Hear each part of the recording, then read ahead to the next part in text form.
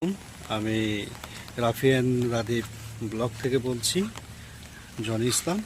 তো আমি এখন যেখানে আসছি এটা হচ্ছে বাংলাদেশ রেলওয়ে পাকশি।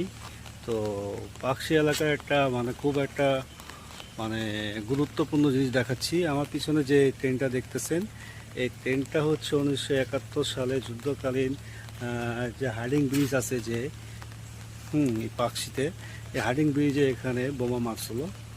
এটাই সেই ট্রেন। এই ট্রেনে করে নিয়ে এসে বোমা মারছিল এটা। তো আমার সামনে একটা চাচা আছে, তো উনি যত সম্ভব এখানে কর্ম করে। তো ও চাচাকে কিছু কথা বলবো, সে কিছু কথা বলবে। চলেন সাথে থাকেন এবং দেখতে থাকেন চাচা এবং বিস্তারিত কি বলে, বুঝলেন? তো আঙ্কেল, এই ট্রেনের বিষয়ে একটু কিছু বলবেন?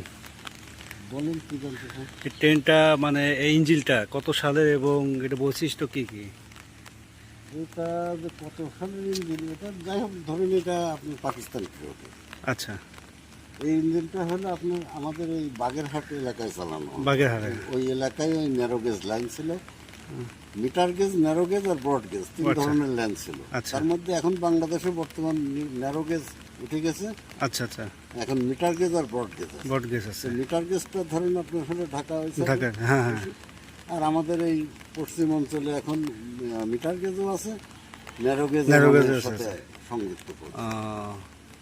এই ন্যারো গেজ না, মিটার গেজের মধ্যে এটা গেজের সাথে মিটার গেজ একসাথে করছে।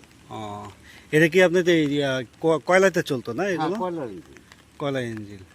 আর যেটা ওই যে নিচে যেটা বললেন, ওই যে ওটার নাম কি যেন, ওই যে সাদা ওটা দেখা যাচ্ছে, এটা বোম। বোম, আচ্ছা বোম। হার্ডিং বোমটা মারা হয়েছিল। জি।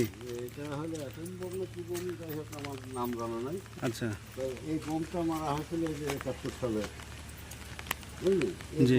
দীর্ঘদিন ওই হার্ডিং ব্রিজের পাশে পড়েছিল, পরে সংগ্রহ করে এখানে নিয়ে এসছে। কয়েকটা জায়গায় দেখলাম এমনটা আর কি।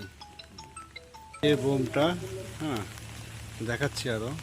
আসার কাছ থেকে কিছু জানার ছিল, সেটা আর কি জেনে নিলাম। এটা ইঞ্জিনটা কত সালের এবং কি কি কাজ ছিল তার, সে বিষয়গুলো আর কি আমরা জানলাম। আরো লোকজন আসতেছে দেখার জন্য।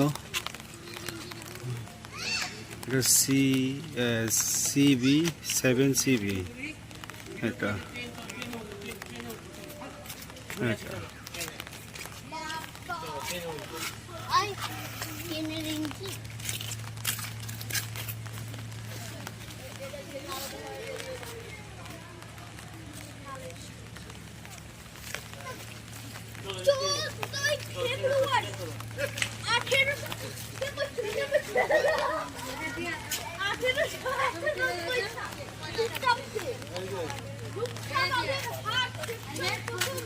এটা হচ্ছে পাকশি, হ্যাঁ পাকশি রেলওয়ে, বাংলাদেশ সরকার। ভাই আপনারা কি ঘুরতে এসেছেন? এই হলো অবস্থা। এইখানে আছে মামি। হ্যাঁ হ্যাঁ।